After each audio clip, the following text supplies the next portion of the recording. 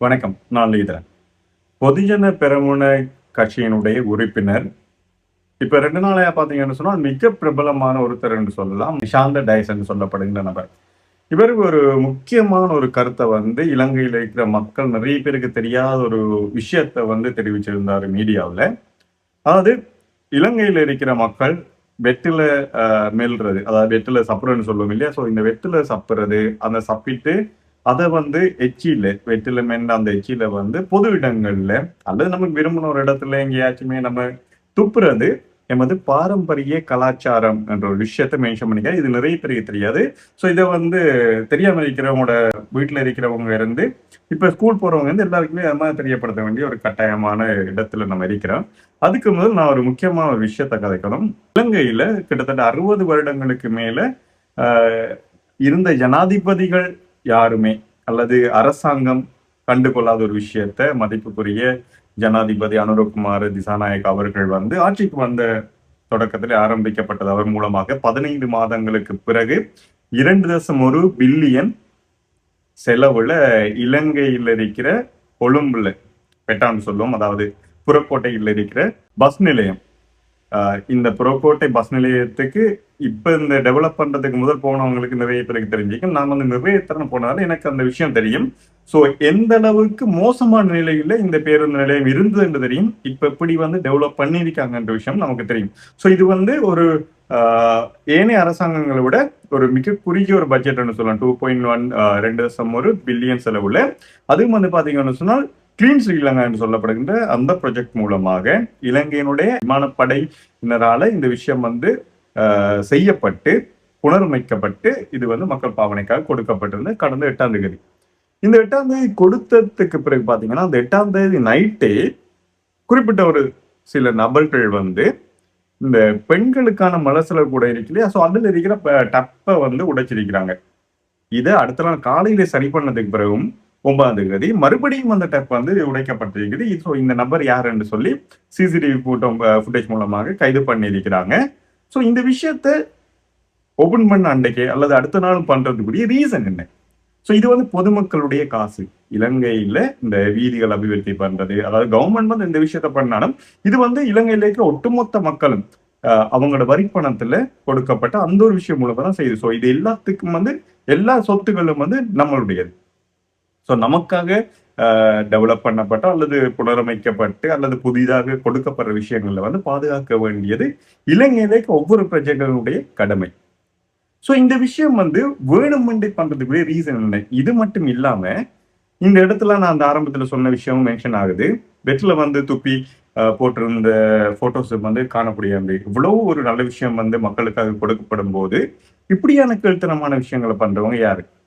இது நம்மளுடைய கல்ச்சர் என்று சொல்லப்படுகின்ற இப்படியான ஒரு பொதுஜன பெரமுன கட்சியில் இருக்கிற நிஷாந்த டயசன் சொல்லப்படுகின்ற இப்படியான நபர்கள் எப்படி இந்த கட்சியில் ஒரு உறுப்பினர் இருக்கிறார். இதுக்கு முதல் நம்ம பாத்தீங்கன்னா இந்த ஆட்சி பொதுஜன பெரமுன கட்சி அரசியல், அதாவது இலங்கையினுடைய ஆட்சியை கொண்டு சென்றிருந்தாங்க.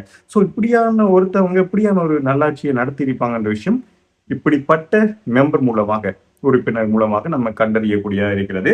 இப்படி இலங்கையில என்ன நல்ல விஷயங்கள் பண்ணாலும் அதுக்கு எகெயின்ஸ்டா இப்ப நீங்க ஒரு விஷயம் நல்லது பண்றாங்கன்னு சொன்னா அதை கண்டுக்காம இருக்கிறது பரவாயில்ல.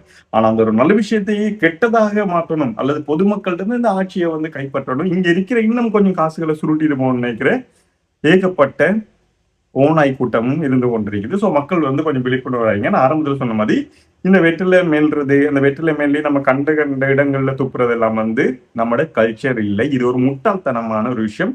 இப்படியான ஒரு முட்டாள்கள் இலங்கையில் இருக்கிறதால, கட்சிகள் இருக்கிறதால மக்கள் முன்னேற்ற பாதைக்கு போறது எப்பவுமே நடக்காத ஒரு விஷயம். நீங்க வெற்றில மெல்றதை உண்மையில என்ன பொறுத்த வரைக்கும் இது ஒரு முறையான விஷயமாட்டு கேட்டீங்கன்னு சொன்னா எனக்கு அது அக்செப்ட் பண்ண முடியாத ஒரு விஷயம். நீங்க அப்படி ஒன்று பண்றீங்கன்னு சொன்னால் அது ஒரு பிரைவேட்டா நீங்க வீட்டுல இருக்கும்போது அந்த விஷயத்த பண்ணுங்க. பொது இடங்கள்ல வெற்றில மெல்றது அல்லது பொது இடங்கள்ல நீங்க சாப்பிட்டு அந்த விஷயங்களை தூக்கி போடுறது, வேஸ்டேஜை தூக்கி போடுறது, ஃபுட் வேஸ்டேஜா இருந்தாலும் சரி, பொலித்தீன் பேப்பரை தூக்கி போடுறது.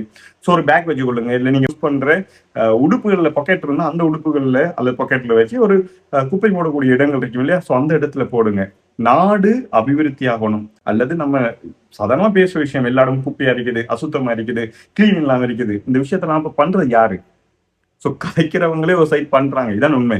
ஸோ நம்ம வந்து அடுத்தவங்க பண்றாங்கன்னு இல்லாம நான் சொல்ற விஷயம், நானா இருந்தேன், நாம முதல்ல திருந்தோம். ஸோ அதுக்கு பிறகு நாட்டை பத்தி பேசணும் இல்லையா? ஸோ நீங்க ஒவ்வொருத்தரும் இந்த பாதையோரங்கள்ல எச்சில் துப்புற விஷயம், ஸோ இதை முடிஞ்ச அளவுக்கு நிறுத்துங்க எல்லாருமே. ஸோ இது நம்மளுடைய கண்ட்ரி, நம்ம சிங்கப்பூர் மாதிரி போகணும்னு நினைச்சோம்னா நாடு, அதுக்கு முதல் நாங்க சிங்கப்பூர்ல இருக்கிற ஒரு சிட்டிசன் தான் மாறணும். ஸோ இதுதான் நான் இந்த வீடியோ மாதிரி ரிக்வஸ்டா சொல்ற விஷயம். இன்றையில இருந்து முடிஞ்ச அளவுக்கு எச்சில் துப்பாதீங்க, கண்ட இடங்களில் துப்பாதீங்க. ஸோ அது கட்டாயமாக அந்த விஷயம் நம்ம துப்பணும் என்று தோணுதுன்னு சொன்னா அது செப்பரேட்டான ஒரு இடத்துல யாருக்குமே டிஸ்டர்ப் இல்லாத இடத்துல அந்த விஷயத்த பண்ணுங்க.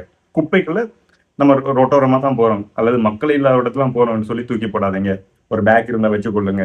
குப்பை போடுறதுக்கு எங்கேயாச்சும் ஒரு இடத்துல குப்பை தொட்டி வச்சிருப்பாங்க, ஷாப்புகள்லயோ ஹோட்டல்லயோ எங்கேயாச்சும் வச்சிருப்பாங்க. அல்லது உங்களோட வீட்டுகளில் குப்பை தொட்டி வச்சிருக்கீங்களா, அங்க வந்து போடுங்க.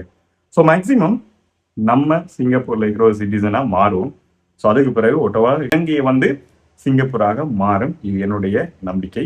எல்லாருமே முடிஞ்ச அளவுக்கு இந்த விஷயத்தை கடைபிடிப்போம். நன்றி. இது சம்பந்தப்பட்ட உங்களுடைய கருத்துக்களை வந்து கமெண்ட் செக்ஷன்ல சொல்லுங்க. இது நான் இந்த வீடியோ வந்து மேக் பண்ணதுக்குரிய எனக்கு இருக்கிற ஆதங்கம் என்னன்னு பாத்தீங்கன்னு சொன்னால், ஒரு இது வரைக்கும் இல்லாத, எனக்கு தெரிஞ்ச வரைக்கும் இத்தனை வருஷத்துல இப்படி ஒரு ஆட்சி இது வரைக்கும் ஒரு பிரசிடென்ட் வந்து நல்லன்னு சொல்ற அளவுக்கு எந்த ஒரு நபரும் வந்து இருந்ததில்லை. ஸோ இப்ப நம்ம பாக்குறது பேசிக்கா இலங்கையில எல்லாருக்கும் தெரிஞ்ச விஷயம். இப்படி ஒரு ஆட்சி இன்னொரு டைம் கிடைக்க மாட்டேங்கிறீங்கன்னு சொன்னா அது மிகப்பெரிய கேள்வி. அல்ல இதுக்கு பதில், அதாவது இவருக்கு பதிலாக அனுரகுமார திசாநாயக் அவருக்கு பதிலாக, அவரோட பேக்ரவுண்ட் வந்து பெரிய பேக்ரவுண்ட் இல்லை, எல்லாருக்குமே தெரிஞ்ச விஷயம். ஸோ இவருக்கு பதிலாக யாரை கொண்டு வருவீங்க? இவர் ஆட்சி நல்லமில்லைன்னு சொன்னா இதுக்கு பதிலாக யார் இருக்கிறாங்க?